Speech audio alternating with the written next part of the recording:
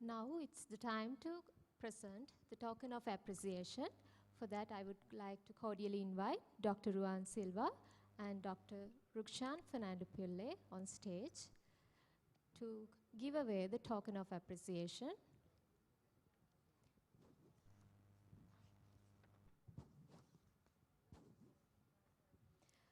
I would like to cordially invite Dr. Udita Bulugahapitiya, consultant endocrinologist, Colombo South Teaching Hospital.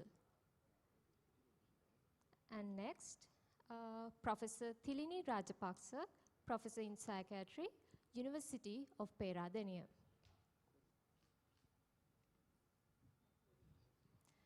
And next, to give away the token of appreciation to the chairperson, Dr. Ruan Silva, and the chairperson, Dr. Rukshan Fernando Pille, I would like to cordially invite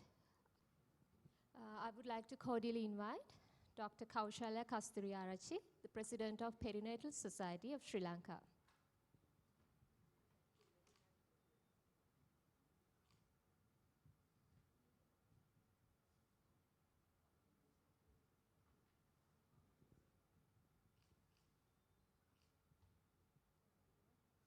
Thank you very much, Madam, and thank you, dear sirs.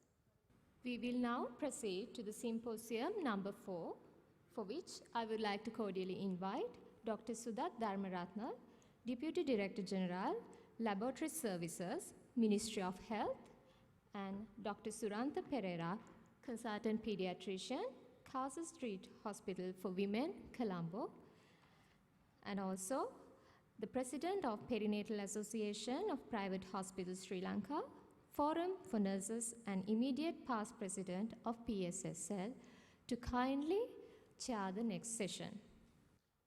The President of the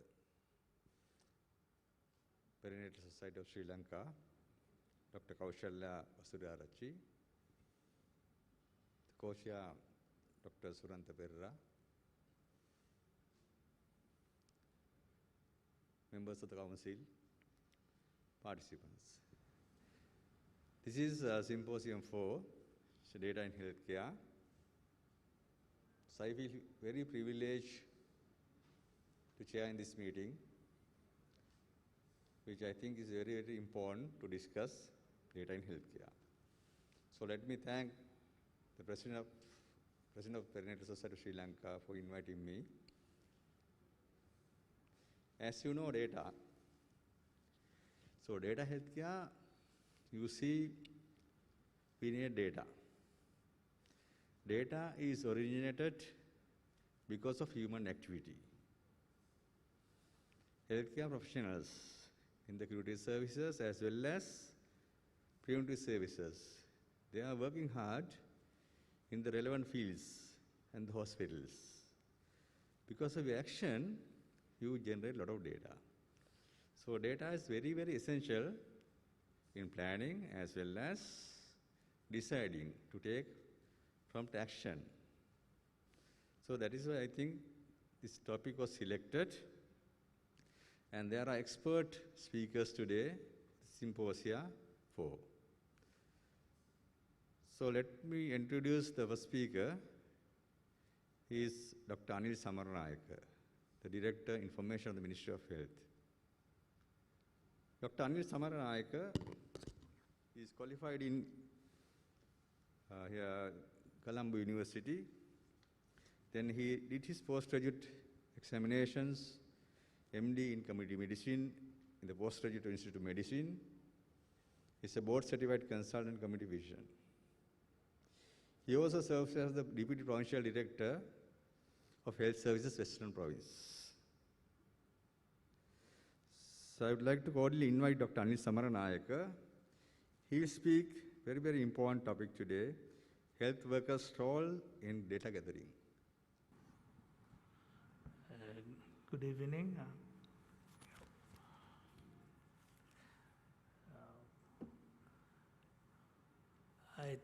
First of all, I thank the organizers and the President for inviting me for this session. As you know, if I straight away ask Dr. Sudat Dharmaratna, co-chair, started very rightly saying that this is very important, and it's becoming day by day. Actually, by second, it's becoming more and more important. ඔබ දන්නවා මොහොතින් මොහොත ඔබට අපිට දැනෙනවා මේ සෞඛ්‍ය තොරතුරු වල තියෙන වටිනාකම. අද දවස අරගත්තොත් අද දවසට වඩා තවත් හොඳ උදාහරණයක් තවත් නැහැ. කියන්නේ මුළු අද දවස වෙනකොට හවස වෙනකොට සියලුම ජනතාව බලාගෙන ඉන්නේ මොකක්ද? සෞඛ්‍ය තොරතුරක්. සරල බසින් කිව්වොත් අපි අද දවස බැලුවොත් හැම දෙනෙක් බලාගෙන ඉන්නේ මොන දැන් තියෙන කොරෝනා රෝග තත්ත්වයයි කොච්චර රිපෝට් වෙලා තියෙනවද? හැමෝම බලාගෙන ඒව අඩු වෙයි කියලා කොච්චර රිපෝට් වෙලා තියෙනවද? මරණ කොච්චර සංඛ්‍යාවක් අඩු වෙමින් යනවද කියන අඩු වෙන සිතුවිල්ලක් දිහා බලාගෙන ඉන්නේ. ඒ නිසා I don't think we should just try to convince the importance of health data. So there's a, if we think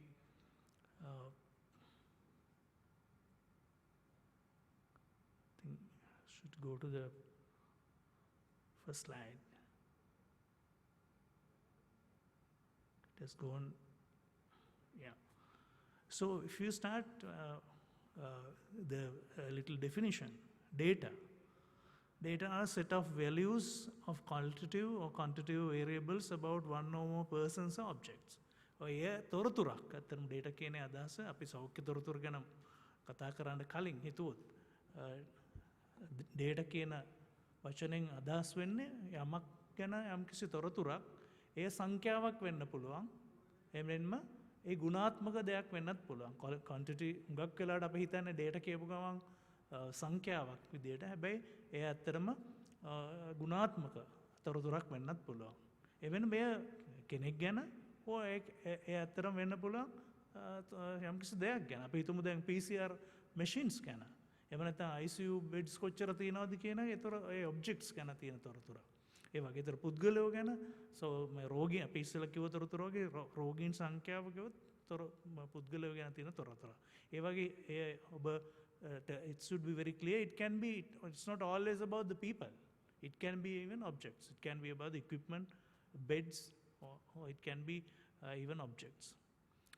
Health data, any information which relates to the physical or mental health of an individual or to the provision of health services to the individual. It can be about the individuals as well as the provision of services, as we know. As we know that now nowadays, if you refer back to the number of PCR tests done in a country, it's a very crucial information the world is looking for. So like that. And as you know, there's a major area, I think we should do a different symposium on ethical considerations. As we know, even ethics are very, very important in that regard. So what is the importance of health data? In both sectors, as you know, ඔබ නියෝජනය කරන බොහෝ විට කියුරටිව් සහ නිවාරණ ක්ෂේත්‍රයේ මෙන්ම සායනික ක්ෂේත්‍රයේ යන දෙකටම එක හා සමානම වැදගත්. අපිට හිතෙන්න පුළුවන් එක පැත්තකට තමයි මේ තොරතුරු වැඩියෙන් වැදගත් වෙන්නේ කියලා. එහෙම නෑ. ඇත්තටම මාජන සෞඛ්‍ය සහ කියුරටිව් සෙක්ටර් සායනික ක්ෂේත්‍රය යන දෙපැත්තටම ඉතාම විශාල වශයෙන් වැදගත්. ඒ වැදගත් වෙන්නේ ඇයි කියලා කිව්වොත් අපි තවදුරටත් සාකච්ඡා කරමු. ඇත්තටම මේ තොරතුරු just to know. දැනගෙන නිකන් ඉන්න නෙමෙයි. ඒ ඉතා වැදගත්. තොරතුරු අවශ්‍ය වෙන්නේ තොරතුරු දැනගෙන ඒක ඇත්තද කියලා නිකන් ඉන්න නෙමෙයි. අපිට අවශ්‍ය තීරණ ගන්න. ඊළඟ දවසේ අපි මොකද්ද කරන්න කියලා තීරණය කරන්න. එමෙන්ම quality අපේ ගුණාත්මක තත්වයන් වැඩි දියුණු කරන්න. එමෙන්ම යම්කිසි දැන් ඔබ දන්නවා විශේෂයෙන්ම දැන් නැවතත් මම තවත් ඊට වඩා හොඳ උදාහරණයක් නැති නිසා මම නැවතත් දැන් වර්තමාන උදාහරණයටම ගියොත් ඔබ දන්නවා දැන් මුලදී අපි දැන් ඒ කාලේ මුළු රටම වැහුවා. රටම ලොක්ඩවුන් කරා. මේට වඩා ඉතාම සුළු සංඛ්‍යාවක් ආසාදිතව ඉඳද්දි. හැබැයි දැන් අපි එහෙම කරන්නේ නැහැ. මොකද එතකොට අපි අර ඒ පමණින්ම අපි ඒ තත්ත්වය අනුව තොරතුරු වෙනස් වෙනවා. දැන් කෙනෙකුට තර්ක කරන්න පුළුවන් ඒ කාලේ දවසකට කේසස් පහක් 10ක් රිපෝට් දෙද්දි මුළු රටම වහලා තිබුණා. දැන් හැබැයි 500කටත් වැඩි රිපෝට් නැහැ ඒත් රට වහලා නැහැ. Why? Because of this. ඒ කියන්නේ මේ තොරතුරු අනුව තමයි අපි justifiable අපි තීරණය කරන්න ඕන ඒ bigger picture එක. මුළු ඒ තන හිතලා නෙවෙයි. දැන් අපි හිතමු දැන් මරදානේ තිබුණ කේස් ගාන බලලා නෙවෙයි අපි තීරණය ගන්න. ඒ සමස්තය තීරණය කළා තමයි තීරණය ගන්න. එමෙන්ම දැන් අපිට අවශ්‍ය වෙනවා high medical facility performance. ඒ මේ තොරතුරු වල තියෙන වැදගත්කම කියන්නේ මම කිව්වා වගේ අර සෑම තැනකදීම අවශ්‍ය වෙනවා මේ නිසි තොරතුරු දැන ගැනීම. Trend analysis මොන විදිහේ ප්‍රවණතාවක්ද පෙනීගෙන යන්නේ? මෙන්න predictions, forecasting. ඒ හරි විදියට කරන්න නම් හරි විදියට predict කරන්න නම් මොකද්ද අනාගතේ වෙන්නේ කියලා දැන් අපිට හරනම් අපි ගාව නිවැරදි තොරතුරු තියෙනවා අපිට පුළුවන් ඉතාම ආසන්න වශයෙන් predictions කරන්න. ඉදිරියේදී මොකද්ද වෙන්නේ කියන predict කරන්න පුළුවන්. තර්කානුකූලව predict කරන්න පුළුවන් හැබැයි නිවැරදි තොරතුරු මත. එබැවින් formulating strategies based on the information processed from available data. එවෙන්ම දැන් ඔබ අර නවතත් කිව්වා වගේ ඒ තත්ත්වය අනුව මොකක්ද ඉදිරියට කරන්න කියන එක තීරණය කරන්න මේ තත්ත්ව අවශ්‍ය වෙනවා. දැන් ඔබ දන්නවා මේ ඊයේ පෙරේද කොරෝනා සම්බන්ධ ගත් තීරණය තමයි අර දින 14ක් අපි දින 14ක් නිරෝධායනය කරපු අය නිවසට ගියාට පස්සේ තවදුරටත් අවශ්‍ය නැහැ කියන තීරණයකට ආවා. ඒ කියන්නේ ඒ වගේ ඒ තීරණය එන්නේ මේ සියලුම තොරතුරු පදනම් කරගෙන.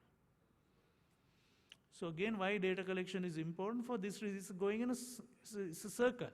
So information availability තියෙනවා නේ. ඒතර information use කරන්න ඕන.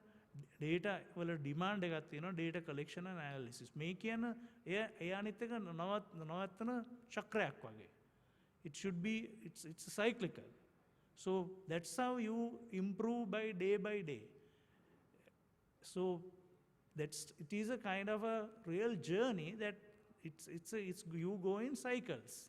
You cannot take single decision like the people who criticize the services. They say, why can't they decide at once? No, that's not the way.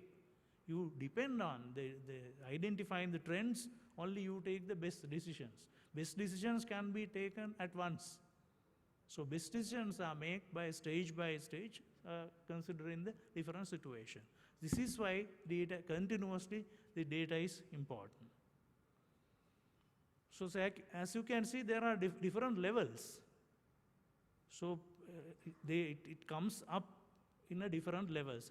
Starting from the community, it is come to district level, then it comes to national level. So that is where the the decisions you may take at the community level, it may not be the same decisions taken at the apex level. It cannot be, because if you take a small area, particular area, if you find 10 patients, you might feel the people who are in the area may feel why can't they close down the area?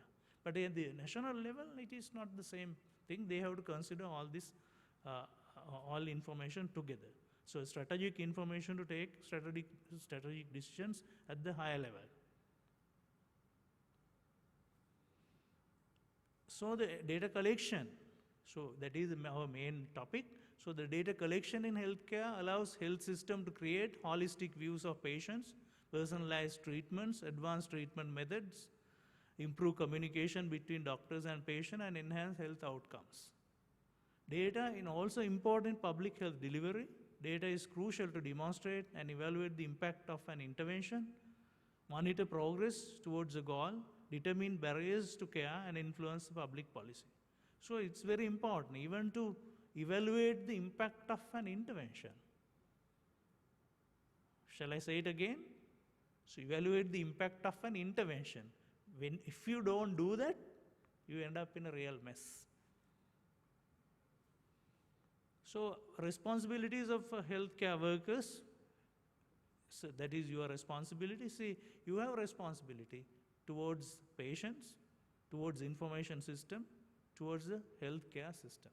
ඔබ සෞඛ්‍ය කාර්ය සිටින කෙනෙක් විදිහට ඔබට වගකීමක් තියෙනවා. ඒ රෝගීන් ගැන ඔබ දන්නවා දැන් මෙතන වැඩි කෙනෙක් ඉන්නේ මාතෘ සේවාවන් සම්බන්ධය. ඒතර ඔබ දන්නවා ඔබට දැනගන්න තොරතුරු ගැන ඔබට තියෙන ඔබට වගකීමක් තියෙන එමෙන්ම සිස්ටම් එක ගැන. මොකද මේ සිස් දැන් ඔබට ඕන නම් වැරදි තොරතුරු මේවට එවන්නත් පුළුවන්. එහෙම වෙන්නේ නැහැ. ඒ නිසා ඒ අපි සපයන තොරතුරු ගැනත් වගකීමක් ඔබට තියෙනවා. මොකද කවුරුත් ඍජුව නිරීක්ෂණය කරන්නේ නැත්නම් ඔබට යම්කිසි සාවාද තොරතුරුණත් මේවට දෙන්න පුළුවන්. But that's not the way. That's your responsibility to get towards the patient, towards the information system as well as towards the healthcare system. So you have different roles. Towards the client, ensure urgent medical needs are met.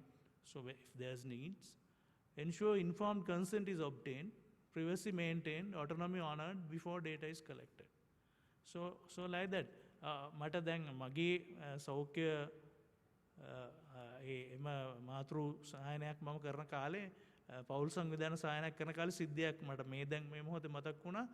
සමහර ඔබ දන්නවා මව්වරු ඉන්නවා මව්වරුන්ට ඕන යම්කිසි උපත් පාලන ක්‍රමයක් පාවිච්චි කරන්න. හැබැයි පියාට හොරෙන්. පියාට මට ඒක ඇත්ත සිද්ධියක් නිසා මට මතක් වුණේ මේ වෙලාවේ.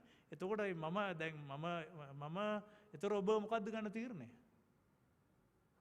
දැන් ලූපයක් දාගන්න ඕන නම් මවකට හැබැයි පියා කැමති නැහැ. හැබැයි එන්න ඒ වගේ අවස්ථා එනවා. එතකොට ඔබගේ යුතුයකම towards the client ඒ වගේ අවස්ථා එනවා. එතකොට ඒ වගේ වගකීමක් ඔබට එනවා privacy maintained. That is autonomy honored before data is collected. So like that ඇත්තටම නම් දැන් අපේ ලංකාවේ අපි වැඩ කරද්දී අපිට මේ තොරතුරු දීම තරම්ම ලොකු ප්‍රශ්නයක් නැහැ. අපේ clientsලා අපේ සේවාව ලබා ගන්න අය they have no issue. But other countries it may not be the same. They have their right. They have right to not to give. They get the services. They may not give the information. So there are situations like that. Towards the information system, as I said earlier, data quality should be. You should ensure that you only send the accurate data, complete data, and consistency and reliability. And timeliness, that's very, very important. As you know, that's one of the major issues we face virtually every day, the timeliness of data. You may send data, but not in the right time. So in that case, you cannot take the right timely decisions. And towards the healthcare system, professional conduct of healthcare duties. So like that, you have when you are in a system, you have different type of responsibilities towards the clients, as I said earlier, to the information system as well as to the healthcare system. So again, we are referring to the same thing because of the importance of it, because the quality of the dimensions comply with the data collection protocols and SOPs. That is very, very important. That is again a issue we commonly face. We get some information, like if I come back to the PCR, the issue that we face, it's true enough that they are in the field and they are not in a comfortable attires, they are in a real situation, we always know. But sometimes we receive about this PCR testing, we are trying hard to establish a proper national system, so we don't get, sometimes we get only the name, so we cannot find, very difficult to trace back the patient. But when it is how crucial, imagine there's one S. Pereira, Sunil Perra and Saman Perra. So S. Pereira became positive, but other S. Perra is negative. So if you don't provide the address and the correct information, imagine what happened to that person. You know, you cannot afford to have data without quality. So it is very important to provide data as well as make sure that they are correct data.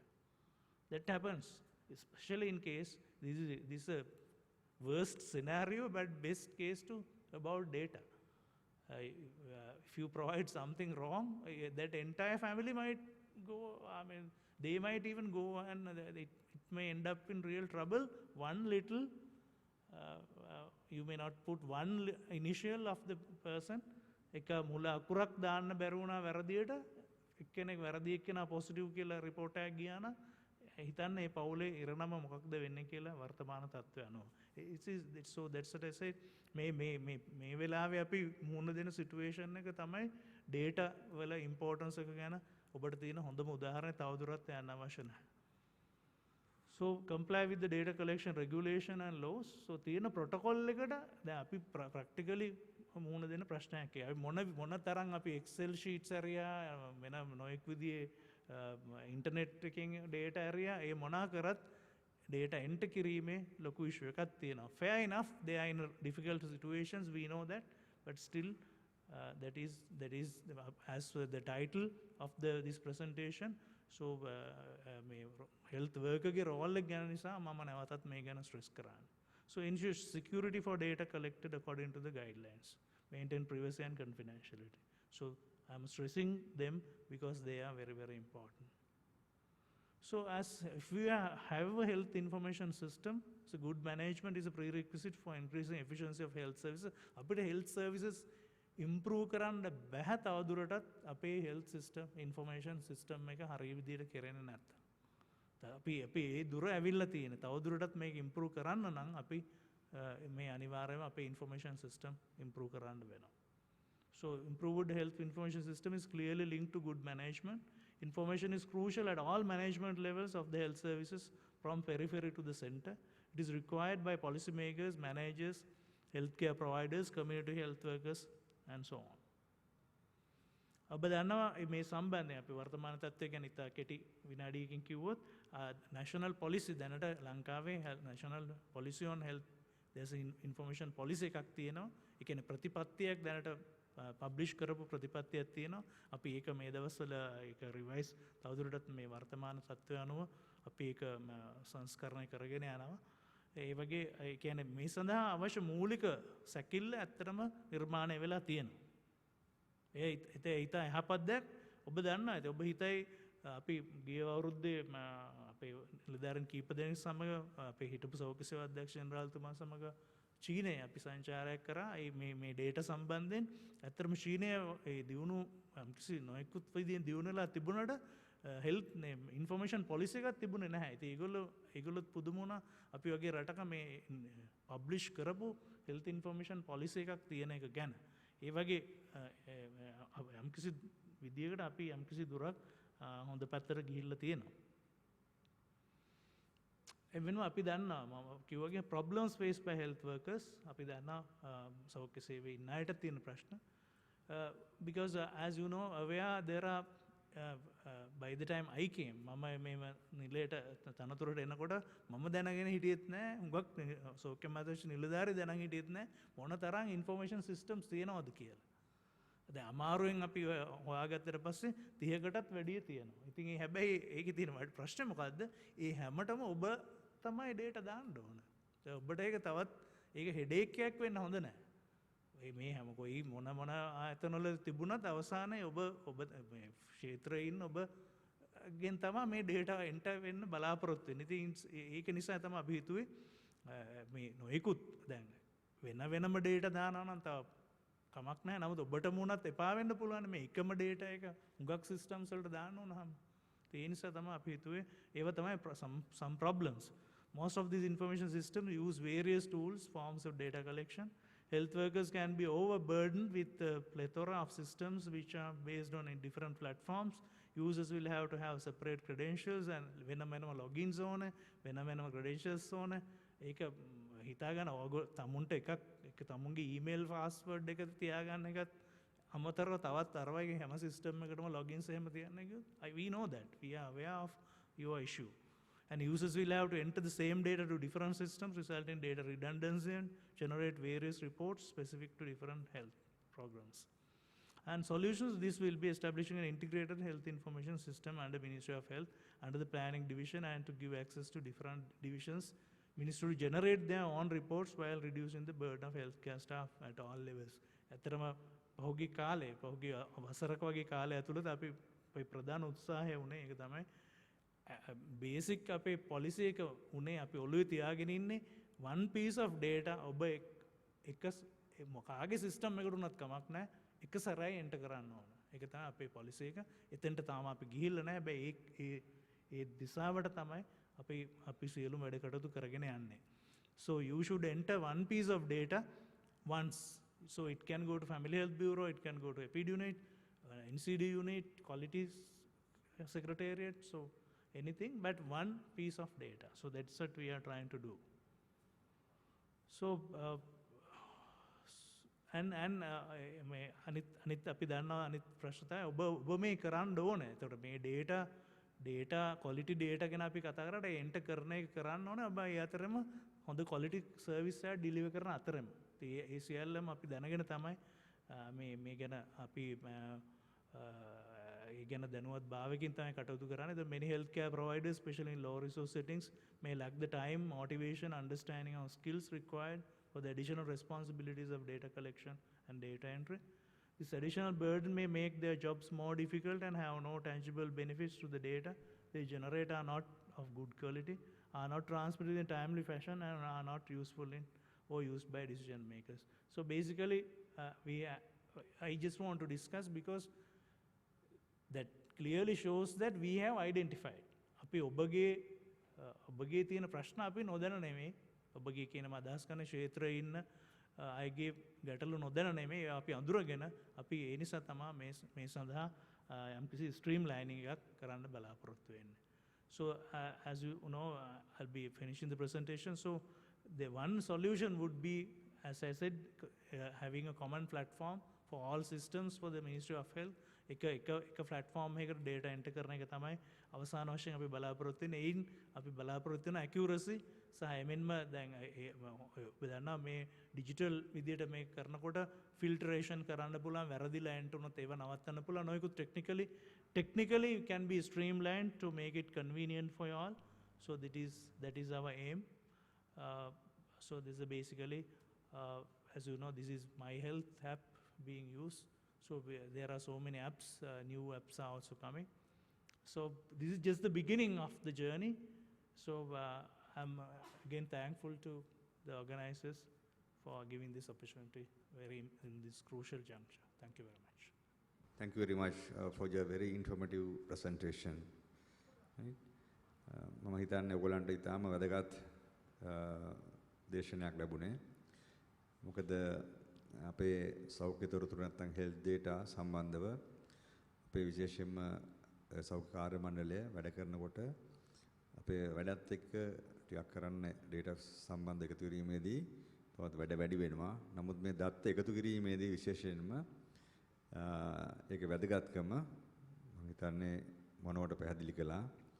මම හිතන්නේ අපි සෞඛ්‍ය කාර්ය මණ්ඩලයෙන් බලාපොරොත්තු වෙන විශේෂ දෙයක් නිසා ඔබතුමාගේ ඒ දැක්ම අනුව මම හිතන්නේ ඒ සෞඛ්‍ය කාර්ය මණ්ඩලයට විශාල මම හිතන්නේ motivation එකක්. That lecture has given a very good motivation to the audience of this forum.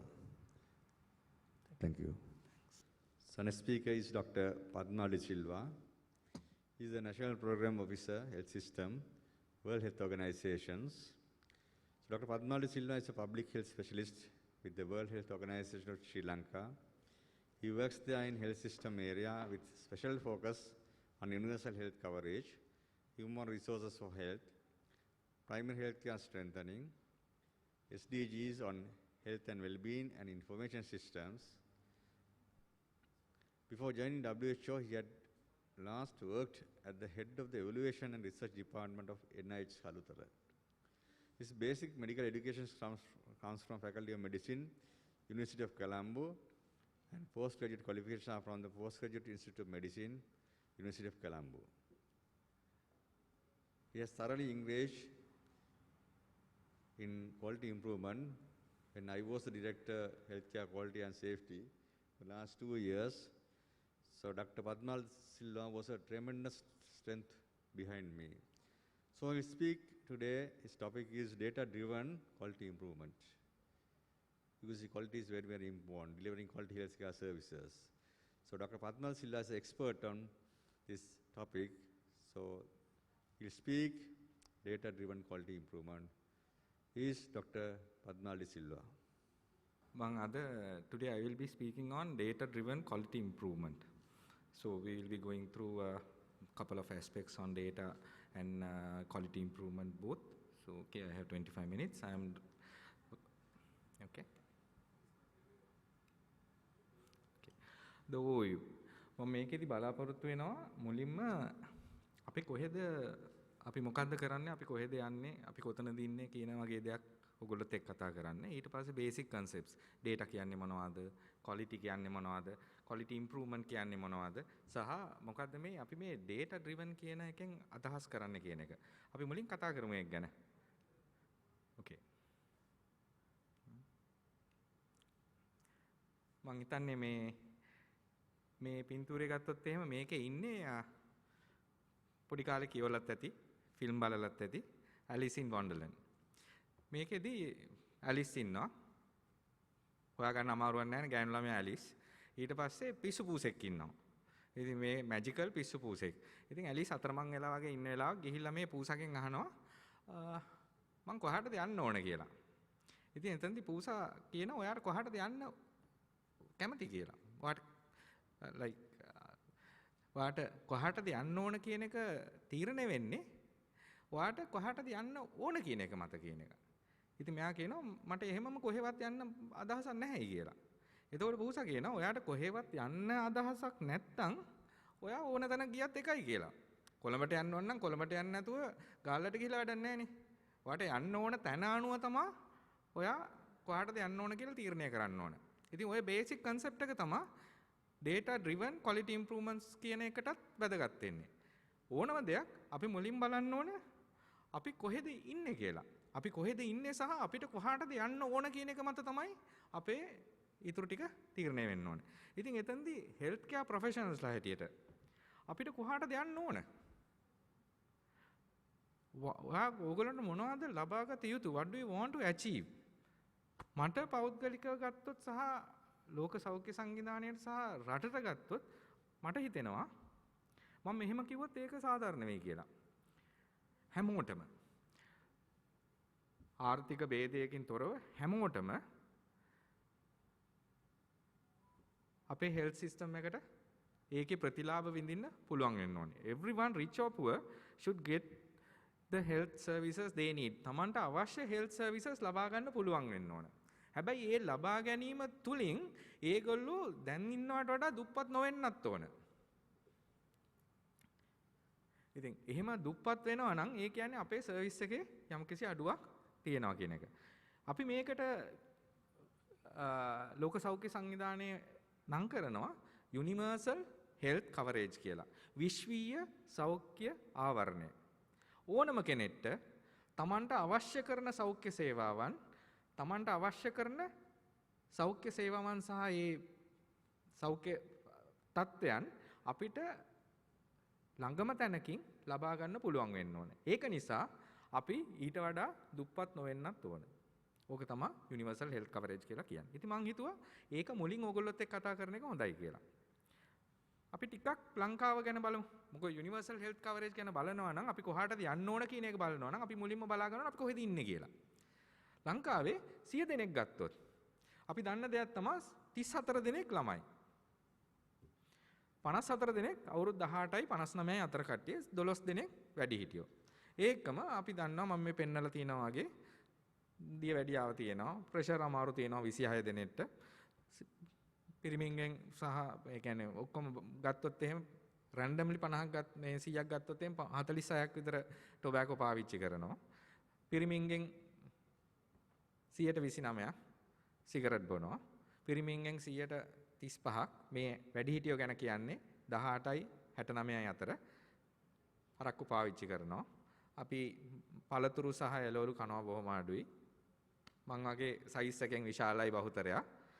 ඉතින් ඊට පස්සේ කොලෙස්ටරෝල් වගේ අමාරු ගොඩක් තියෙනවා. මේක සමහරවිට පෙරිනේටල් සොසයිටි එකට අදාළ නැති වෙයිනේ. මම මේකේ දාලා නැහනේ මේවා ගැන. ඉතින් අපි බලමු අපේ මේ පෙරිනේටල් සොසයිටි එකට අදාළ වෙන වගේ දේවල් ටිකක්. reproductive maternal newborn and child health සම්බන්ධයෙන් ගත්තොත් මේක ලංකාවේ සිටුේෂන් එක ගැන පොඩි ස්නැප්ෂොට් එකක් වගේ එකක්. අපි හොඳයි. අපි හොඳ දේවල් කරලා තියෙනවා. අපි හොඳ තත්ත්වයක ඉන්නේ. හැබැයි පහුගිය අවුරුදු කීපය ඇතුළත අපිට තේරෙනවා අපි යා යුතු තැනට අපිට යාම දුෂ්කර වෙලා තියෙනවා කියලා. අපි තාම ස්ටැග්නන්ට් වෙවි ඉන්නේ. ඒක නිසා අපිට මේ සම්බන්ධයෙන් still some area to go. Okay. ඒකම අපි මේ බලමු අම්මයි තාත්තයි පොඩි එකෙක් වඩාගෙන ඉන්නවා එක්කෙනෙක් බඩෙත් ඉන්නවා. දැන් මේගොල්ලෝ ගත්තොත් එහෙම ඕගොල්ලොන්ගේ සම්බන්ධ වීමක් වෙනකොට ඒ කියන්නේ පෙරිනේටල් සර්විසස් එක්ක සම්බන්ධ වෙනකොට අපි ක්වොලිටි කෙයා එකක් ඉෂුව කරනවා නම් අපිට මීට වඩා ඒගොල්ලොන්ගේ ප්‍රෙෂර් එක ගැන බලන්න පුළුවන්, දියවැඩියාව ගැන බලන්න පුළුවන්. මම අර කලින් කිව්ව මෙච්චර සර්විසස් ලැබෙන්නේ නැති ඒරියාස් වලට අපිට ක්වොලිටි ඉම්ප්‍රූව්මන්ට් එකක් කරන්න හැකියි. ඕකේ. මොනවද data කියන්නේ? data වලට කියනවා අපි is factual information. එහෙමත් නැත්නම් information in digital form. එහෙමත් නැත්නම් information output by a sensing device. උදාහරණයකට තියෙනවා දැන් ළඟදී පාවිච්චි කරන එක තමයි අපි COVID වලට පාවිච්චි කරන pulse oximeter එක. pulse oximeter එකෙන් එන reading එකක් it's data. ඒකත් data එකක්. දත්තයක්. ඉතින් මේ වගේ data වලට විවිධ මේවා තියෙනවා. ඔයගොල්ලෝ අම්මා කෙනෙක්ගෙන් ගත්තොත් බඩ බැලුවොත් ඒ ගන්න එකේ fundal height එකත් data element එකක්. okay. මොකද්ද මේ data driven කියලා කියන්නේ? මම පොඩි කතාවක් කියලා මේක එක්ස්ප්ලেইন කරන්නම්.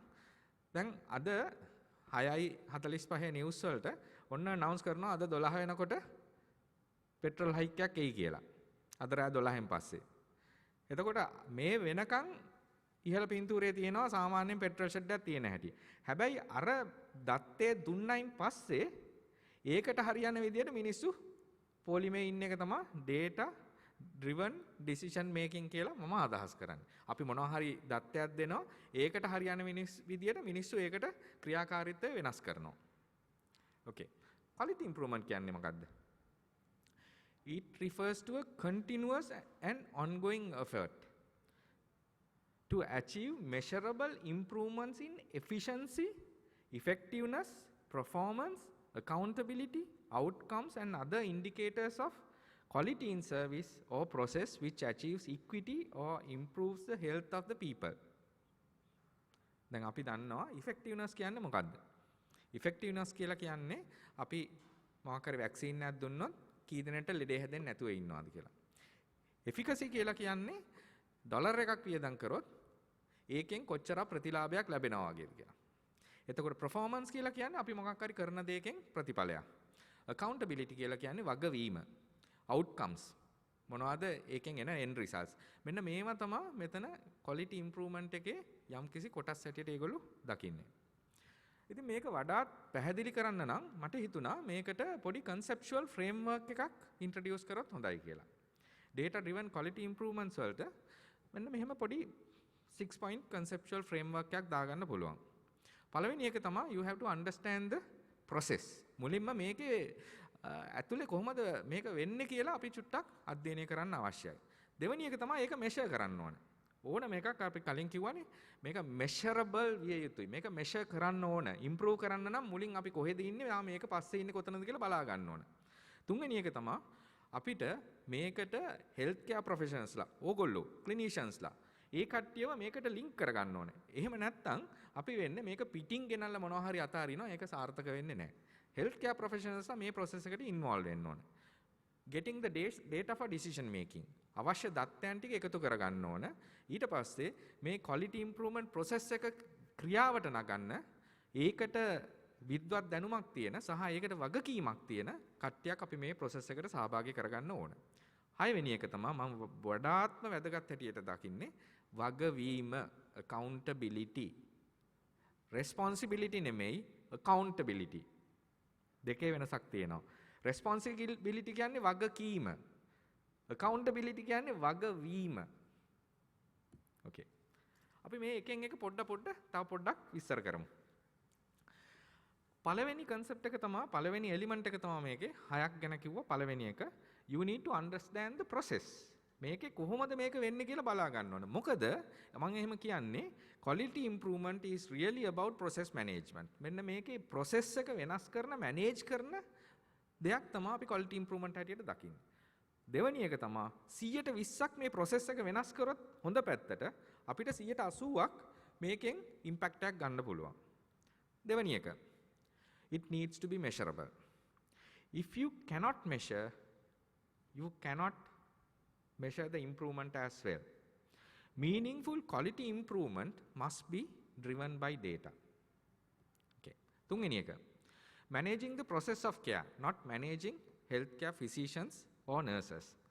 ඒකේ මම බොහොම උනන්දුවෙන් කියනවා අපි මේක සාර්ථක කරගන්න නම් මේකට හෙල්ත් කෙයාර් ප්‍රොෆෙෂනල්ස්ලව එන්ගේජ් කරගන්න ඕන. මොකෝ ඒගොල්ලෝ තමයි දන්නේ ඒගොල්ලන්ට කොහොමද මේක බලපාන්නේ සහ ක්ලයන්ට් කොහොමද මේක බලපාන්නේ කියලා. ඉතින් ඒකේ ඉන්ටර්නල් මෙකැනිසම්ස් හොඳටම දන්න කට්ටිය ඒගොල්ලෝව අනිවාර්යෙන් සහභාගී කරගත යුතුයි. හතරවෙනි එක data. අපිට අවශ්‍ය කරන data හරි data මට කලින් කතා කරපු ડોક્ટર සමරනායකත් කිව්වා හරි data හරි විදියට හරි වෙලාවට හරි මිනිස්සයාට ගියොත් අපිට ඩිසිෂන්ස් ගන්න පුළුවන්. හරි data තේරුම් ගන්න පුළුවන් විදියට හරි වෙලාවට හරි මිනිස්සයාට යන්න ඕන. එහෙම නැත්නම් මේ එකක් හරි කැඩුනොත් වැඩක් කරගන්න අමාරුයි. a dedicated team මේ team එක dedicated වෙන්න ඕන. හොඳ attitudes තියෙන්න ඕන. responsible වෙන්න ඕන, accountable වෙන්න ඕන. මම මෙතන මොකද්ද හොඳ attitudes කියලා කියන්නේ? හොඳ attitudes කියලා කියන්නේ data driven quality improvement එකට යනවා නම් ඒකෙදි අපි හැමදාම හොඳම දේ දකින්නේ නැහැ. අපි නරක දෙයක් දකිනවා නම් ඒ නරක දේ ඇයි මෙහෙම නරක වුනේ? අපි මේක දිගටම කළගෙන යා යුතුද? එහෙම නැත්නම් අපි වෙනස් කළ යුතුද කියලා සලකා බලන්න තරම් හොඳ ආකල්පයක් තියෙන කට්ටියක් මේකේ ඉන්නවනේ. නැත්නම් අපි මේකම තමයි හැමදාම කරන්නේ මොකක් වුණත් අපිට මොකෝ කියලා එහෙම ගියොත් ඉතින් වැඩක් නැහැ. quality improvement එකක් එන්නේ නැහැ. හයවෙනි එක accountability වගවීම. ජාතික වශයෙන්, ප්‍රෝග්‍රෑම් එකක් වශයෙන්, ඉන්ස්ටිටියුෂනල් එකක වශයෙන් මේ හැම ලෙවල් එකේදීම සහ තම තමන් වශයෙන් මේකට accountable වෙන්න ඕන. වගවීමක් සිද්ධ වීම අවශ්‍යයි. මේක වඩාත් හොඳින් තේරුම් ගන්න මට හිතුණා examples කීපයක් කතා කරොත් හොඳ වෙයි කියලා. අපි බලමු national level එකේ. දැන් ඔයගොල්ලෝ දන්නවා sustainable development goals. මම හිතනවා දන්නවයි කියලා sustainable development goals. සමාව වෙන්න ඕන මට සිංහල වචනේ නම් ඔලුවට එන්නේ නැහැ එකපාරටම වෙන වෙලාවක නම් කාට හරි කියන්න පුළුවන්ද sustainable development goals පිටා තිරසාර සංවර්ධන ඉලක්ක. ඕකේ තිරසාර සංවර්ධන ඉලක්ක එහෙම නැත්නම් sustainable goals development goals 17ක් තියෙනවා. ඕකෙන් තුන්වෙනි එක තමයි සෞඛ්‍ය සම්බන්ධයෙන් තියෙන්නේ. සෞඛ්‍ය සහ මනා යහපැවැත්ම health and well being. ඔතන තියෙනවා indicators 46ක්. මේක national level එකේ කියලා කියන්නේ දැන් අපි රටක් හැටියට අනිත් රටවල් 200ත් එක්කම එකතු වෙලා අපි agree වෙලා තියෙනවා. හරි අපි රටක් හැටියට 2030 දී මේ sustainable development goals වල achieve කරන targets වලට අපි මේක රට යොමු කරනවා අපි මේක achieve කරනවා කියලා අපි agree වෙලා තියෙනවා රටක් හැටියට. ඒකෙන් නිසා රට බැඳී සිටිනවා මේක deliver කරන්න. ඉතින් එතකොට මේ indicators 46 ගැන අපි බලමු කොහොමද data පාවිච්චි කරලා තියෙන්නේ සහ මේක එන්නේ කියලා. මේ indicators 46ට පාවිච්චි කරන indicators measurable. හැබැයි මේක measure කරන process එක හැම වෙලේම අපි system එකට integrate කරලා නැහැ. මේකේ දත්තයන් අපි ගන්න විදිය සහ information වල යම් අඩුපාඩු කීපයක් මම දකිනවා. පළවෙනි එක තමයි මේවා නිතිපතා එහෙම නැත්නම් අර data හැම අවුරුද්දෙම එකතු වෙන data නෙමෙයි. අපි මේකේ සමහර indicators තියෙනවා අපි DHS demographic and health service එකෙන් survey එකෙන් ගන්නවා. DHS එක කරන්නේ අවුරුදු 5කට සැරයක්, 6කට සැරයක්, 7කට සැරයක්. අන්තිම එක කරලා ඊට කලින් එකත් එක අවුරුදු 10කට සැරයක්. එතකොට ඒකේ කාලීන භාවය පිළිබඳ ගැටලුවක් තියෙනවා. එහෙම නැත්නම් අපි ගත්තොත් step survey එක. ඒක අවුරුදු 5කට සැරයක් කරන්නේ. household income and expenditure survey එක අවුරුදු 3කට සැරයක් කරන්නේ. සමහරක් ඒවා තියෙනවා අපි අවුරුදු පතා එකතු කරන ඒවා. එතකොට data වල quality එක සහ යාවත් කාලීන වීම පිළිබඳ ගැටලු එනවා. completeness එක. සමහරක් ඒවා රටටම තියෙනවා. සමහරක් ඒවා district level එකට යනකම් තියෙනවා. එතකොට ඒකෙත් අපිට හැම එකම හැම වෙලාවෙම නැති වුණාම data වල completeness එක පිළිබඳ ගැටලු එනවා. අනිත් දේ තමයි අපි දකිනවා academicsලා මේ data පාවිච්චි කරලා plan හදනවා අපේ ඇඩ්මිනිස්ට්‍රේටර්ස්ලා සහ ඇඩ්මිනිස්ට්‍රේටර්ස්ලා කියලා කිව්වේ රට පාලනය කරන අය මේවා පාවිච්චි කරලා ඒකට ඉදිරියට යන්න plan හදනවට වැඩිය. හැම වෙලේම මේක සඳහා dedicated teams උත් නැහැ. and සමහර රටවල් එක්ක ගත්තම අපි තාම මේකෙන් සෑහෙන පස්සෙන් ඉන්නේ. okay. අපි දැන් ගමු program එකක data system එකක්. අපි මගේ යාළුවගෙන් එකක් ඉල්ලගත්තා මේක ERHMIS සිස්ටම් එක. මේක ඒක ඉල්ලගත්තම මට හිතුණා මේක බොහොම සාර්ථක සිස්ටම් එකක් කියලා. එයා ඉන්නේ හින්දා නෙමෙයි කියන්නේ. හැබැයි මේක දිහා බැලුව නිසා මම කියන්නේ මේකේ කම්ප්ලීට්නස් එකක් තියෙනවා. කොච්චර කම්ප්ලීට්නස් එකක් තියෙනවද කියනවනේ මේකේ කම්පෝනන්ට්ස් තියෙනවා. මැටර්නල් කෙයාර් වලට, ස්කූල් හෙල්ත් වලට, HR and logistics, human resource and logistics වලට, supervision වලට, dental well, oral health වලට, health education and health promotion වලට, environment and occupation. මේක completeness එක තියෙනවා. අපි බලමු දැන් coverage එක. රට වටේ තියෙන MOH ඔක්කොම PHM areas, PHI areas, clinics, schools, ඉස්කෝල ටික cover වෙලා තියෙනවා. pregnant අම්මලා 200,000 mothersලා මේ system එකෙන් cover කරනවා. ඉස්කෝලේ යන ළමයි මිලියන් 4ක්. එතකොට eligible families 3.8 million මේ system එකෙන් cover කරනවා. ඒ කියන්නේ මේක complete system එකක්. මොනවද මේකෙන් හම්බෙච්ච ප්‍රතිලාභ? මේකෙන් හම්බෙච්ච ප්‍රතිලාභ තමයි significant improve in data quality, accuracy කියලා කියන්නේ නිර්වද්‍යතාවය, completeness 100%ක් almost 100%ක තියෙනවා. timeliness වෙනදා මාස 2-3ක් delay වෙච්ච ඒවා දැන් within 1 month කොහොමත් එනවා. ඒ කියන්නේ මම අර කලින් data කියන කිව්වේ හරි data හරි විදියට හරි වෙලාවට හරි මනුස්සයට ආවොත් තීරණ ගන්න හරිම පහසුයි. මේ එහෙම සිස්ටම් එකක්. user acceptance 95%ටත් වඩා වැඩි. මොකද අපි වෙනද මම MOH කෙනෙක් ඉන්න කාලේ මගේ ස්ටාෆ් එකේ අය වැඩි හරියක් කරන්නේ අර ඒගොල්ලොන්ගේ දේවල් ටික ලියන එක. මේ දැන් ලියන්න ඕනේ නැහැ, report හදන්න ඕනේ නැහැ. ඉබේම සිස්ටම් එකෙන් හැදිලා එනවා.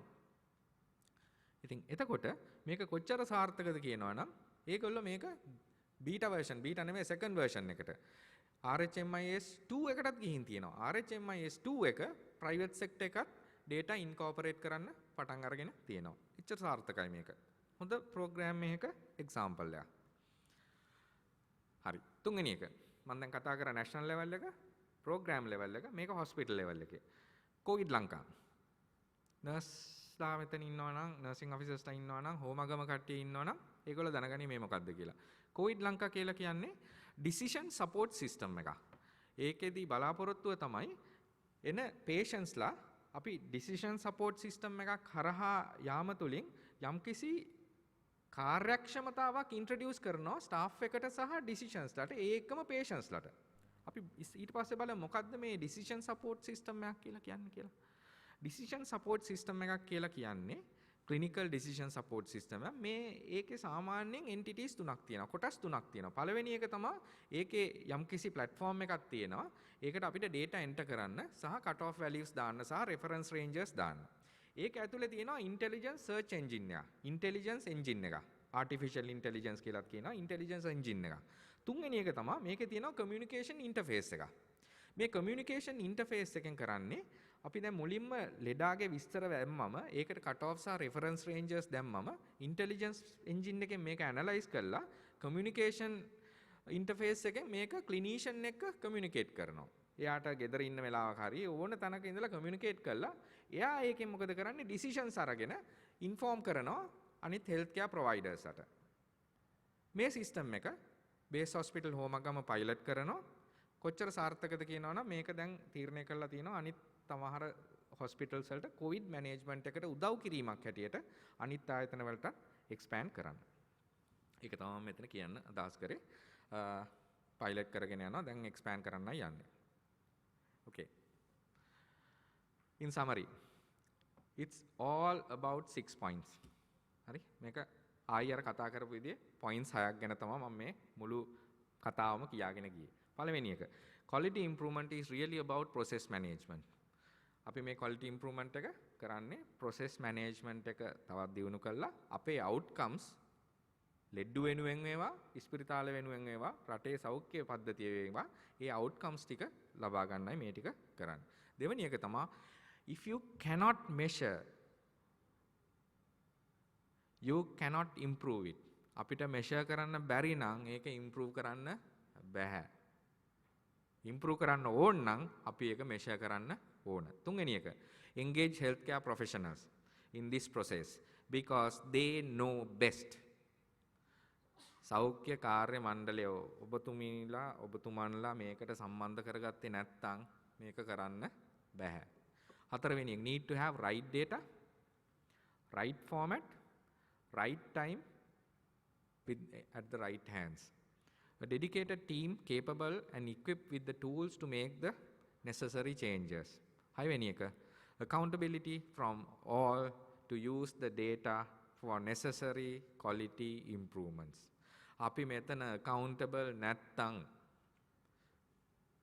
රටේ නායකත්වය accountable නැත්තම් ආයතනික නායකත්වය accountable නැත්තම් වාට්ටුවේ නායකත්වය accountable නැත්තම් තම තමන් accountable නැත්තම් වගවීමක් වෙන්නේ නැත්තම් අපි කොච්චර data ගෙනල්ලා අතෑරියත් එතනම තමයි. අපි accountable වෙන්න ඕන මේක ඉදිරියට යන්න. accountable වෙනවා කියලා කියන්නේ අපි මේක කරේ නැත්තම් අනිත් එක්කෙනා අහනවා ඔයාට මේ data දීලා තියෙනවා. ඒ data වලින් කියන දේ මේකයි. ඔයාට ගන්න යුතුව තිබ්බ decision එක මේකයි. ඇයි ගත්තේ නැත්තේ? මේ දේ කළ යුතුව තිබ්බා ඔබ. හැබැයි ඇයි ඔබ කළේ නැත්තේ? වගවීම කියලා කියන්නේ ඒකටයි. ඕකේ. මට හිතුණා අපි මේ data සහ information ගැන කතා කරපු මේ session එකේ මේ මම කතා කරපු ටික මේ ලංකාවේ ඉන්න විද්වතෙක් සර් ආතර් සී ක්ලාක් එතුමා කළ quote එකකින් ඉවර කරන්න. Because you become too entranced with gorgeous gadgets and mesmerizing video displays, let me remind you that information is not knowledge. Knowledge is not wisdom, and wisdom is not foresight. Each grows out of each other, and we need them all.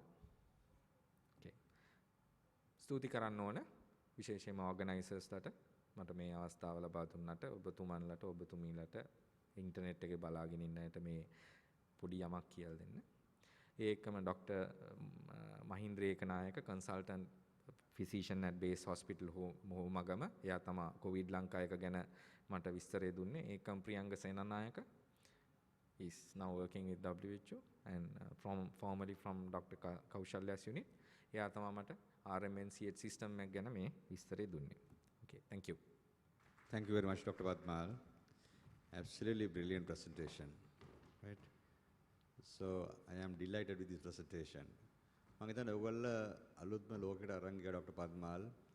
ඇලිස්ගේ කතාවෙන් පටන් ගත්තු Dr. Padmal ඊට පස්සේ ක්‍රියාවලි සංවර්ධනය නැත්නම් process improvement එකට කතා කරලා ඊළඟට මම හිතන්නේ ඔයගොල්ලන්ට ඉතාම වැදගත්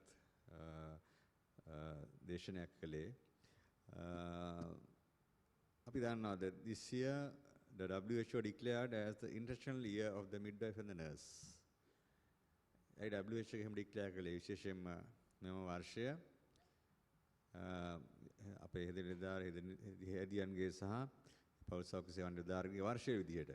මොකද වුන් දන්නවා අපේ ෆීල්ඩ් එකේ එහෙම නැත්නම් අපේ රෝහල් වල දත්ත වැඩි වශයෙන්ම එකතු කරන්නේ ඔබ සිළු දෙනා.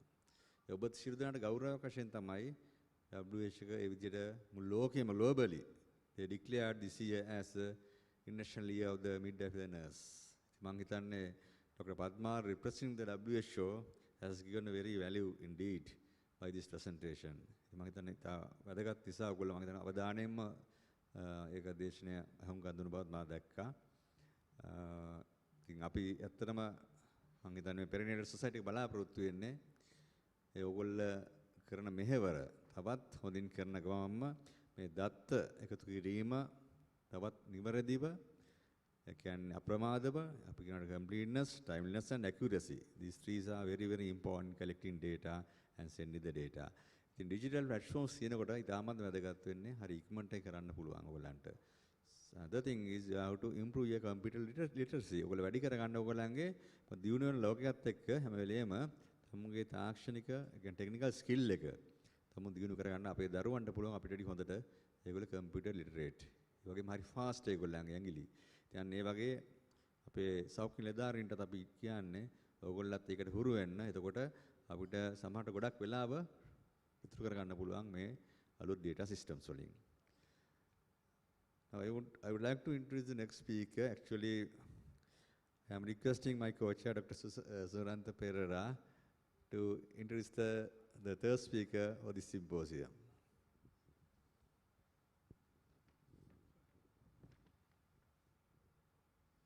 Okay, it's a privilege to introduce Dr. Kaushalya.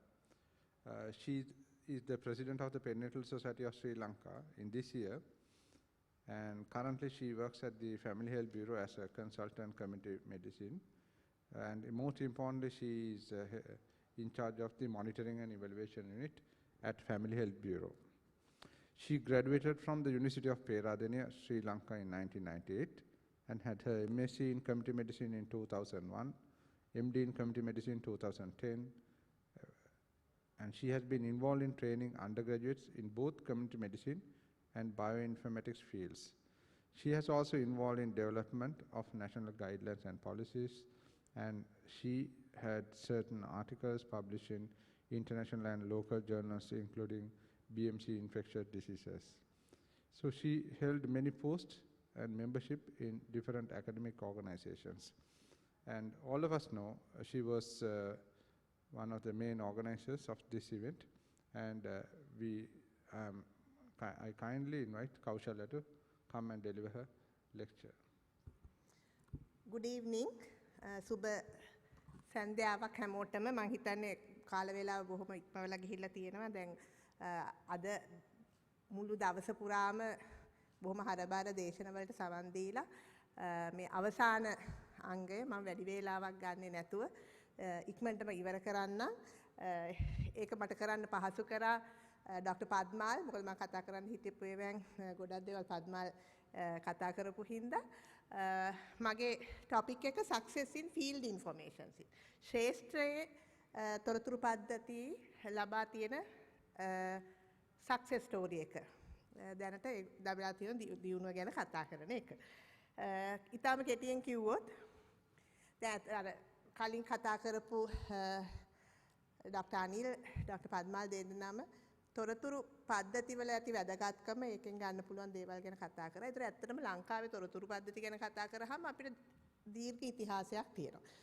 ඒතර 1940 ගණන් වල ඉඳලා. ඒ කියන්නේ ඇත්තටම බ්‍රිතාන්‍ය අධිරාජ්‍යවාදී කාලයේ ඉඳලාම අපි දත්ත එකතු කිරීම පටන් අරගෙන තියෙනවා.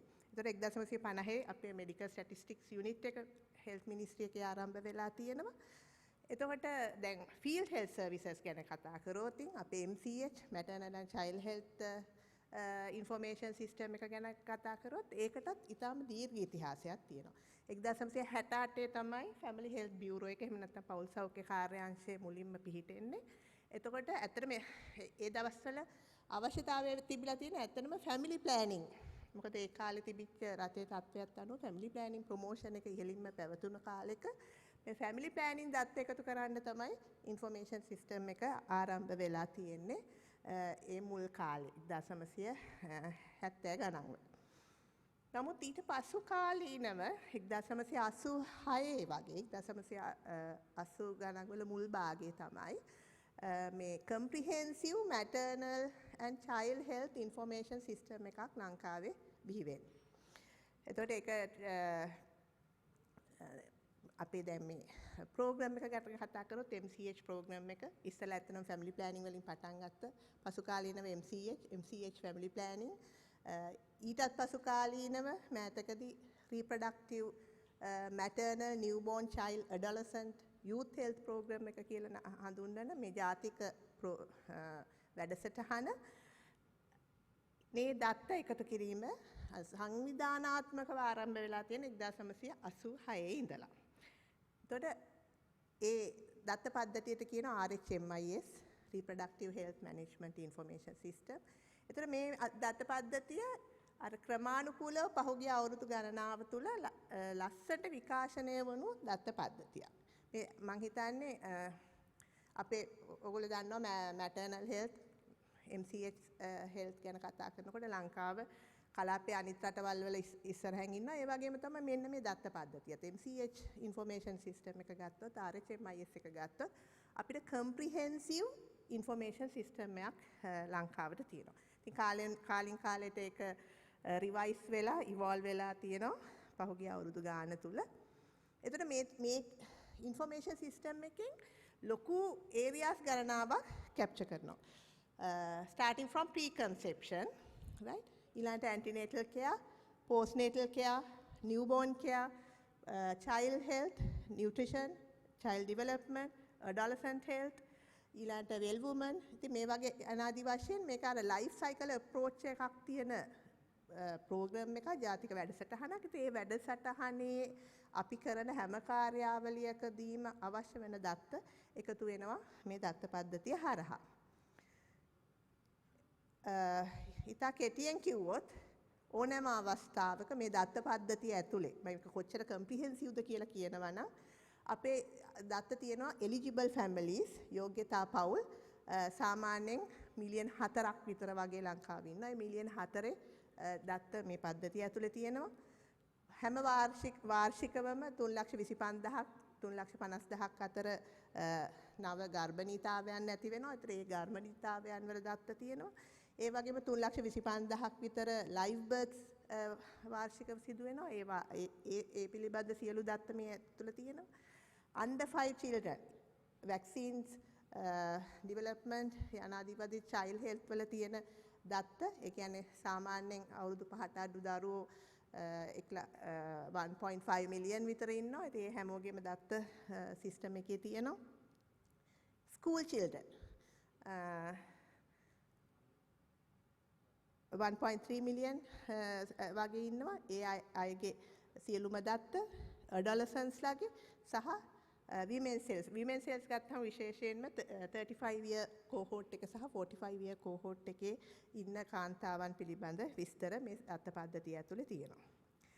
එතකොට ඇත්තට මේ වැඩසටහන ක්‍රියාත්මක වෙන්නේ ලංකාව පුරා පළාත් වශයෙන් පළාත් ඔයගොල්ලෝ දන්නවා දිස්ත්‍රික්ක වලට බෙදලා තියෙනවා. දිස්ත්‍රික්ක වල MOH ලංකාවේ 354ක් තියෙනවා.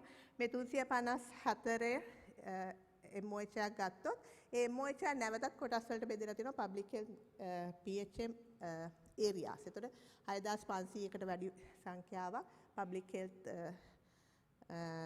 midwife areas ලංකාවේ තියෙනවා. ඉතින් මේ හැම area එකකම ලබා දෙන සේවාවන් හැම මාසෙම මේ දත්ත පද්ධතියට එකතු වෙනවා. එතකොට මේ දත්ත පද්ධතියේ මේ අර grassroots level එකේ දත්ත සපයන්නේ public health midwife සහ school health ගත්තපුවහම public health inspector PHI. එතකොට මේ දෙගොල්ලන්ගෙම දත්ත දිනපතා ඒගොල්ලෝ කරන වැඩ දින වැඩ වාර්තාව සහ මාසික වාර්තා හරහා මේ දත්ත පද්ධතියට එකතු වෙනවා. ඉතින් මේක බොහොම comprehensive information system එකක් තියෙන. ඒක අවුරුදු ගාණක් තුල පහුගිය අවුරුදු 20 ගාණක් වගේ තුල ක්‍රමානුකූලව විකාශනය වෙලා තියෙනවා. එතකොට ඒකම දැන් මම කතා කරේ මේ field information system ගැන. ඒ වගේම curative health එකෙත් hospital information systems තියෙනවා. මූලික වශයෙන් ප්‍රධාන වශයෙන් IMMR Indo Morbidity and Mortality Return. එතකොට Indo Morbidity and Mortality Return එක දැන් ඒකත් web based electronic පද්ධතියක් හරහා ක්‍රියාත්මක වෙනවා EIMMR කියලා. ඊට අමතරව අපේ වෙන මේ routine data collection වලට අමතරව maternal deaths, infant deaths ඒ වගේ දේවල් surveillance mechanisms විදිහට ඒ කියන්නේ in detail දත්ත ගන්න ක්‍රමයක් අනුගමනය වෙනවා. right. ඉතින් එතකොට ඇත්තටම මේක මේ paper based system එකක් විදිහට පහුගිය කාලේ ඉතාලම දුරක් ඇවිල්ලා තියෙනවා.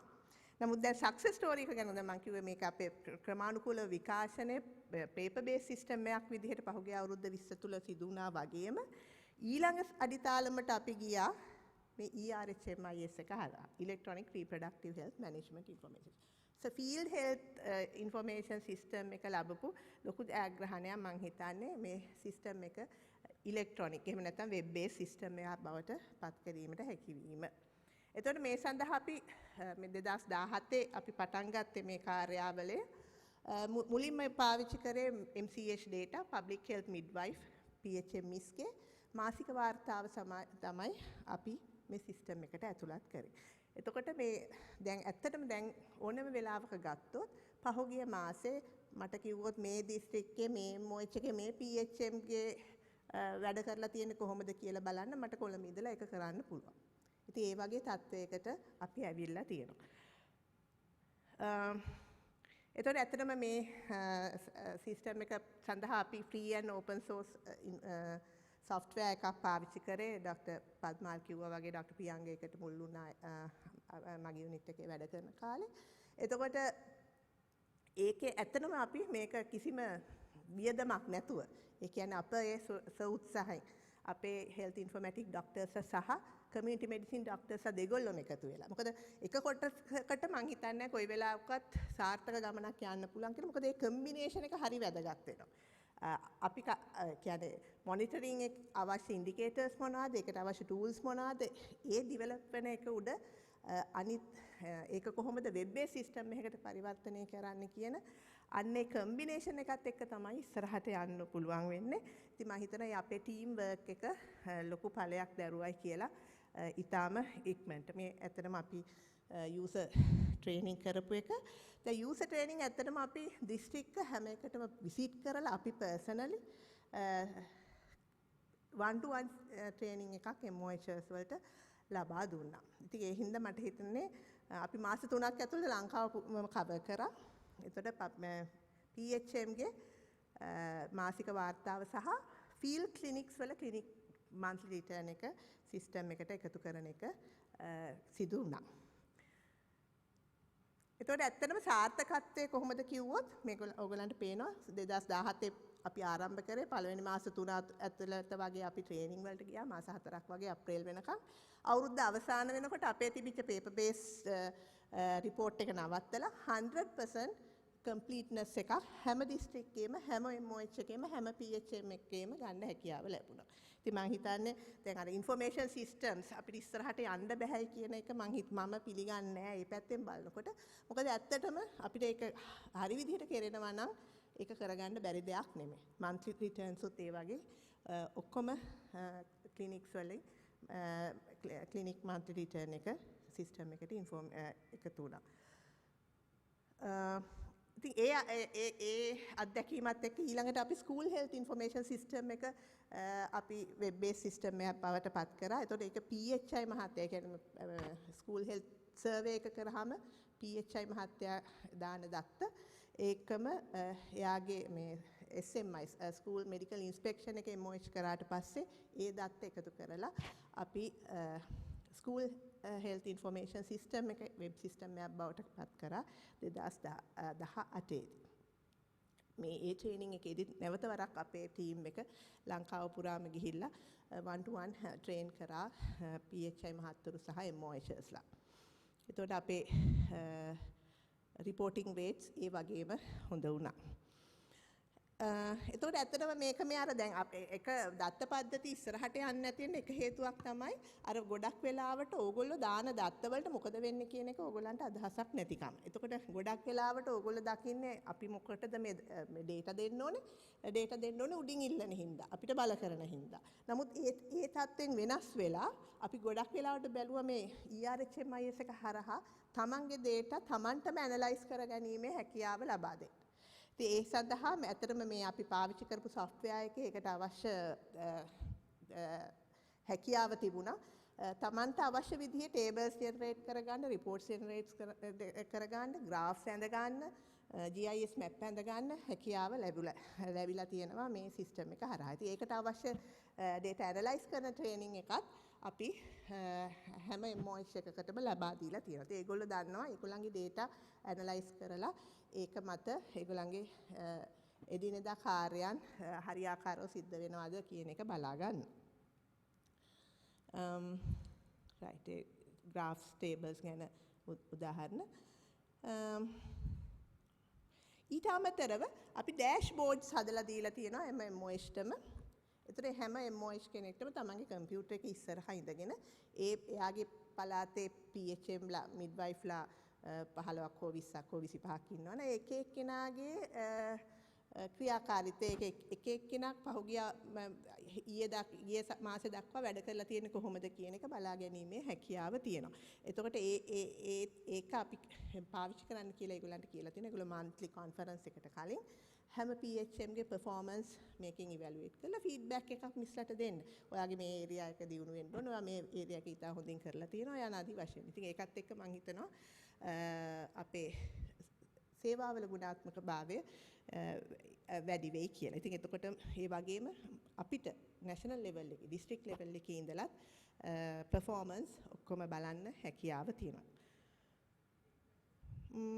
කලින් කිව්වා වගේ අර මං හිතන්නේ පද්මාල් මේක කිව්වා අපි ERHMIS එක මේ MCH එහෙම නැත්නම් RHMIS එකෙන් නැවතෙන්නේ නැතුව අපි මේක expand කරා. මොකද දැන් ඇත්තටම අපේ ඩිරෙක්ටරේට් විදිහට බෙදලා හිටියට අපි FHB එක තව EN Environment and Occupational Health එක ඔය අනාදි වශයෙන් නමුත් අන්තිමට grassroots level එකේ මේ service provision එක කරන්න එක්ක PHM නෝන නැත්නම් PHI මහත්තයා ඒගොල්ලෝ.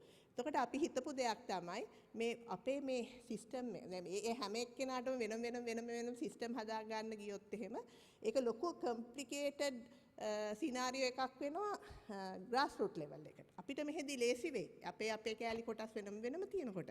නමුත් ඒකට දත්ත දාන එක්කෙනාට ඒක ප්‍රශ්නයක් වෙන්න පුළුවන්. ඒ හේතුව හින්දා අපි තීරණය කරා මේ අපේ platform එක open up කරන්න අනිත් ඕනම කෙනෙක්. ඒ කියන්නේ PHM PHI field clinics වල දත්ත ගත යුතු නම් ඒ සඳහා අවශ්‍ය opportunity එක ලබා දෙන්න. ඉතින් ඒකට අපි expand කරා මේක දැන් ගොඩක් components එකතු වෙලා තියෙනවා මේ ERHMIS එකට. ERHMIS 2 එක Dr. Padmal කිව්වා වගේ individual data. ඇත්තටම හැම pregnant deliver කරන හැම අම්මා කෙනෙක්ගේම data capture කරන්න හදලා තියෙන්නේ. හැබැයි ප්‍රශ්න තියෙන්නේ දැන් අතරම අපි මේක private hospitals කොළඹ වල තියෙන private hospitals වලට introduce කරා. මම හිතන්නේ මෙතන අද සහභාගී වෙන සමහර මිස්ලා දන්නව ඇති. මම හිතන්නේ කොළඹ major private hospitals ඔක්කොම individual level data අපිට ලබා දෙනවා. හැබැයි තාම අපිට මේ වැනි දත්ත පද්ධතිය රජයේ රෝහල් වලින් ලබා ගැනීමේ හැකියාව ලැබිලා නැහැ. ඉතින් ඒ සඳහා ඉස්සරහට ක්‍රියාත්මක වෙන්න ඕනේ. අපේ field information system එක ඊටාම දියුණු වෙලා තියෙනවා. නමුත් ඒ තරමටම අපේ hospital information systems develop වෙලා නැහැ MCH පැත්ත ගන්නකොට. ඒතර MCH වල අපිට සමහරට අත්‍යවශ්‍ය වෙන සමහර indicators ලංකාවට ගණනය කර ගැනීමේ හැකියාව නැති වෙලා තියෙනවා. මොකද මේ තත්ත්වය හින්දා. එතකොට ඇත්තටම මේ database එක අර කලින් කිව්වා වගේ MOH 354ක PHM 6760ක PHI 1649ක ක්ලිනික් 4282ක ඉස්කෝල 10684ක දත්ත තියෙන විශාල දත්ත පද්ධතියක්. data values මේ මම හිතන්නේ මාස ගානකට කලින් තිබිච්ච ප්‍රමාණ මම හිතන්නේ මේ අපේ success story එක දැන් අපි මාර කලින් මම හිතන්නේ පද්මාල් මේක ගැන කිව්වා අපිම හිතලා හරියන්නේ නැහැ මේක හරිද කියලා. ඉතින් ඒ හින්දා අපි පොඩි සර්වේ එකක් කරලා බැලුවා. ඉතින් මේක ඇත්තටම 95% users ලා මේක accept කරා හොඳ information system එකක් විදිහට. ඒකෙනුත් best imaginable system එකක් කියලා 106ක් කියලා තිබුණා. success story එකේ ඉතුරු කොටස මේ සඳහා අපි මම හිතන්නේ මගේ ටීම් එක ඉතාමත් කැප වෙලා වැඩ කරා අපේ MN unit එකේ හැමෝම ඒකේ ප්‍රතිඵලයක් විදිහට හොඳ information system එකක් field level එකට ලැබුණා වගේම අපිට ඒ සඳහා අගය කිරීම සිදු වුණා Commonwealth Digital Awards අපිට 2017 සහ 2018 දී හම්බ වුණා. ඒ වගේම BMJ Awards වලට 2017 දී nominate වුණා. ඊට අමතරව ස්වබීමානි Digital Award එක 2019 දී හම්බුණා. සහ World Summit Awards වලට 2019 දී nominate වුණා. ඉතින් ඇත්තටම success story එක ගැන කතා කරනකොට field level එකේ අපිට හොඳ information system එකක් තියෙනවා. complete time tested paper based information එකක් පැවතීම මේ සඳහා උදව් වුණා මේ electronic system එකට යන්න. development cost එකක් මේකට ගියේ නැහැ, implementation cost එකක් ගියේ නැහැ. අපේ team එකමයි මේ ඔක්කොම දේවල් කරේ. අපි open source DHIS2 based system එකක් පාවිච්චි කරා. මේ DHIS2 කියන එක WHO එක accept කරන ලෝකේ දැන් මම හිතන්නේ රටවල් 60-70ක් පාවිච්චි කරන public health information system එකක්. ඉතින් අතන මේකේ ගොඩක් features තියෙනවා අපිට ගැලපෙන. ඉතින් ඒක අපිට customize කර ගැනීම පහසු වුණා. එකම හැම වෙලේම අගය කරන්න ඕනේ public health staff එක, PHM මහතුරු, PHI මහතුරු, MOH doctors අපි ඉල්ලන ඕනම ඉන්ෆර්මේෂන් එකක් කියන විදිහට දෙන්න ඒගොල්ලෝ හැම වෙලේම කැප වෙනවා. මම හිතන්නේ අර කලින් කිව්වා වගේ දත්ත වල වැදගත්කම අතිශය හොඳින් අවබෝධ කරගෙන ඉන්නවා. මම බලාපොරොත්තු වෙනවා ඉස්සරහට hospital information system එකත් මේ වගේ develop වෙයි කියලා. ඒකම අර මම කලින් කිව්වා වගේ collaboration එක අපේ public health specialist ලා informaticians ලා අතර ඇති තිබිච්ච එකතුකම තමයි මම හිතන්නේ මේ success story එකේ backbone එක කියලා. දැන් අපි යම් තැනකට ඇවිල්ලා තියෙනවා. දැන් ඊළඟ ප්‍රශ්න තමයි මේක පවත්වා ගැනීම. එතකොට කොහොමද මේක sustain කරගන්නේ? issue එක එතන. මොකද අපි දැන් අපි ටීම් එකක් විදිහට අපි පුළුවන් තරම් උත්සාහ කරා මේක ටීම් එකේ members ලා expand කරගෙන අපේ ටීම් එකක් හදාගන්න. නමුත් දැන් මේ ටීම් එකම ඉස්සරහට දැන් ඇදගෙන යන එක හරි අමාරු වැඩක්. ඊළඟට handling මේ large data මම කලින් කිව්වා මේක ලොකු database එකක්. ඒතර server management, database handling මේ හැම දෙයක්ම මගේ unit එකේ දැනට වෙන්නේ. ඉතින් මේක හරි අමාරුවෙන් මම හිතන්නේ අපි ලොකු commitment එකකින් තමයි මගේ team එක මේ වැඩ කරගෙන යන්නේ. ඉතින් ඒ හින්දා මේක sustain කරගන්න මම හිතන්නේ Ministry of Health සහ Information Directorate එකේ සහාය ඉස්සරහට අපිට අවශ්‍ය වෙනවා. මොකද IT staff අනිත් categories අවශ්‍ය වෙනවා system එක ඉස්සරහට කරගෙන යාම සඳහා. ඉතින් මූලික වශයෙන් අපි යම් හොඳ තැනකට ඇවිල්ලා තියෙන information system ගත්තොත් field level එකේ හොඳ අපිට successful story එකක් කියන්න පුළුවන්. ඒ successful story එකම අපිට දකින්න පුළුවන් නම් hospital information system වලත් ඉතාම දුරේ මම දන්නවා ඒ සඳහා කටයුතු කරගෙන යනවා කියන අන්න ඒක තමයි වෙන්න ඕනේ. මොකද අර සමහර දැන් අපේ field level එකේ staff එක මේකට geared but hospital systems bit difficult. මොකද ඒකේ අර පොඩි attitudinal change එකක් කරන්න යුතුව තියෙනවා මම හිතන්නේ. මොකද ගොඩක් වෙලාවට clinicians ලා හිතන්නේ අපි clinically patient හොඳට manage කරනවා ඒ කොළ පුරවන එක අපේ කැලලක් නෙවෙයි කියලා. නමුත් එන්නේ ඒකෙන් වෙනස් වෙලා මම හිතන්නේ ඉදිරි ගමන සාර්ථක කරගන්න මෙතන nurse especially nurses ලාට hospital staff එකට ලොකු වගකීමක් තියෙනවා. ඒ note එකත් එක්ක මම නවතිනවා. Thank you very much for giving this opportunity first, and then for the organizers, and then also for all the participants from various hospitals in Sri Lanka, and those who joined from through the virtual platforms. I think we had about more than 150 MOH teams joining from various parts in the country. මට පින්තූරේ වල තිබුණා මම හිතන්නේ එක MOH එක මිස්ලා 15ක් 10ක් 15ක් වගේ teams අද මේ දවස පුරා program එකට සම්බන්ධ වෙලා හිටියා. මම හිතන්නේ අපේ program එක මෙච්චර wider population audience එකකට ගියපු පළවෙනි පාර වෙන්න ඇති. මම හිතනවා 1500කට වඩා පිරිසක් අද වැඩසටහනට සම්බන්ධ වෙලා හිටියා කියලා. ඉතින් බොහොම සන්තෝෂයි ඒක ගැන. බොහොම ස්තුතියි සහභාගී වෙච්ච හැමෝටම මේ COVID ප්‍රශ්න සහ නොයෙකුත් challenges අතර. Thank you so much. අපි ස්තුතිවන්ත වෙනවා ඒ සියලුම දේශකයන්ට. මං හිතන්නේ මෙතනදී ගත යුතු හරය තමයි data is power and we need data driven system. Policy decisions should be made on data. Next, I would like to cordially invite Dr. Sudath Dharmaratne, Deputy Director General, Laboratory Services, Ministry of Health, and Dr. Surantha Pereira, Consultant Pediatrician, Castle Street Hospital for Women, Colombo, to give away the token of appreciation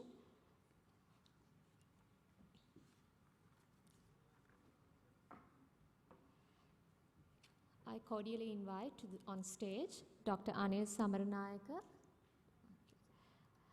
Dr. Padma De Silva, NPO Health Systems, World Health Organization, to receive the token of appreciation. And Dr. Kaushala Kasturiarachi, Consultant Community Physician, Family Health Bureau, and the President of Perinatal Society of Sri Lanka.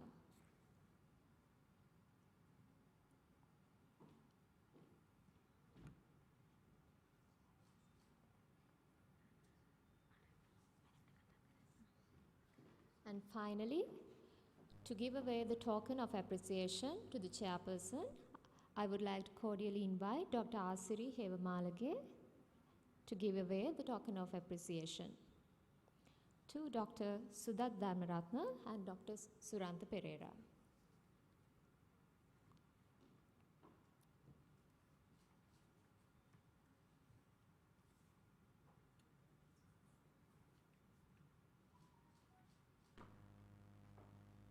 So I will invite Dr. Kaushala and Dr. Sudat to give this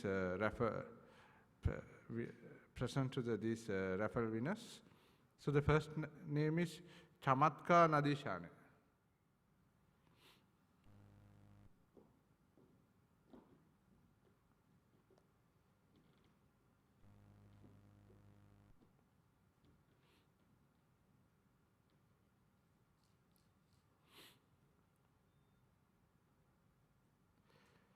The second winner is Angela Lakmale.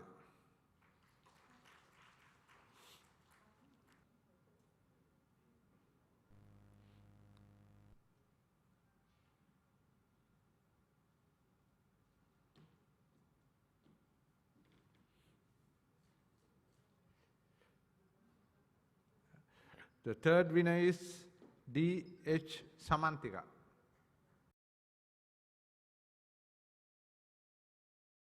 Next winner is ඊළඟ තෙලිනේ යන්නේ නැත්නම් ත්‍යාගය NKD Udeshika.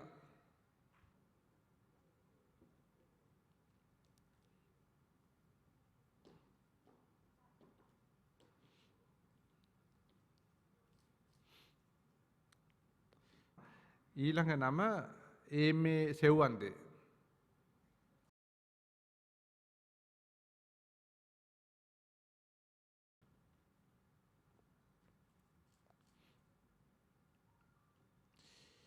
ඊළඟ තිලිනේ යන්නේ ජේ.ජේම් ලක්ෂානය.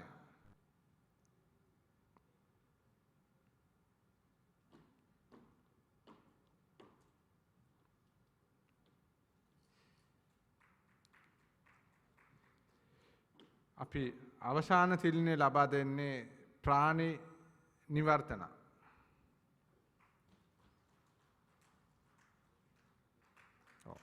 අපේ අවසාන වාසනාවන්තය ප්‍රාණි නිවර්තන. මම හිතන්නේ digital තාක්ෂණය බලමහිමය මම හිතන්නේ අපි අද සාර්ථක වැඩමුළුවක් පැවැත්වුවා කියන එකයි මතය COVID-19 අභියෝගයේ ඉදිරියේ.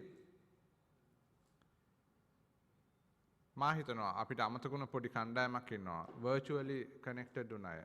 අපි හෙට දිනේ ඔවුන් වෙත මේ අපේ නව අදහස දිගු කරනවා. ඒකත් එක්ක මම හිතනවා ඔබ සැමට අද දින පැමිණීම පිළිබඳ ස්තුතියි.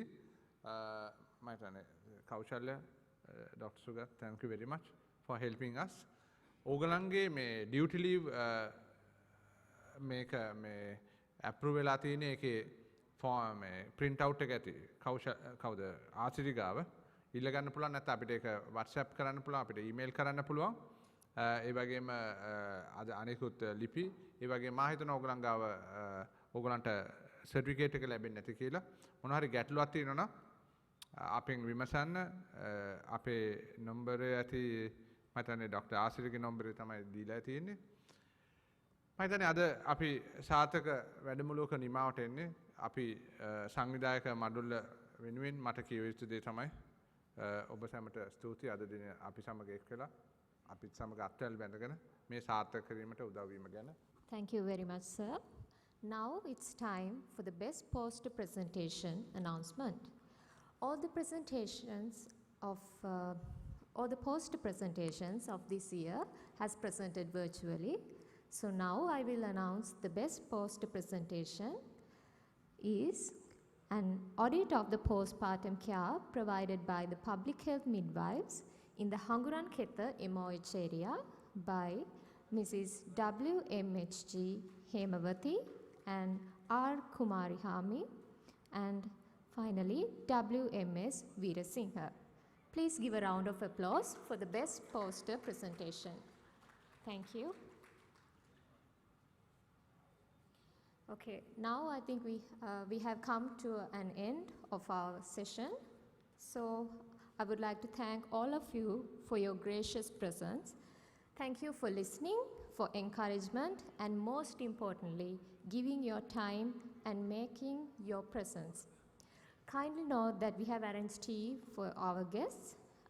I declare that the pre-Congress scientific sessions of Perinatal Society of Sri Lanka is now concluded. Thank you again and stay safe.